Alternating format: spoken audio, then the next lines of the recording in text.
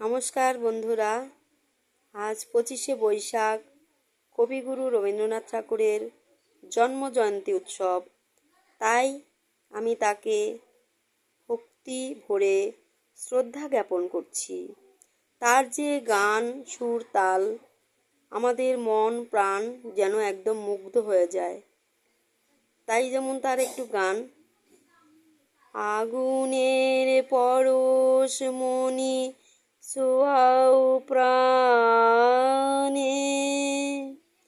এ জীবন পুণ্য করো, এ জীবন পুণ্য করো, এ জীবন পুণ্য করো, দাহন দানে, আগুনের পরশ মনি ছোঁয়াও প্রাণে। ধন্যবাদ।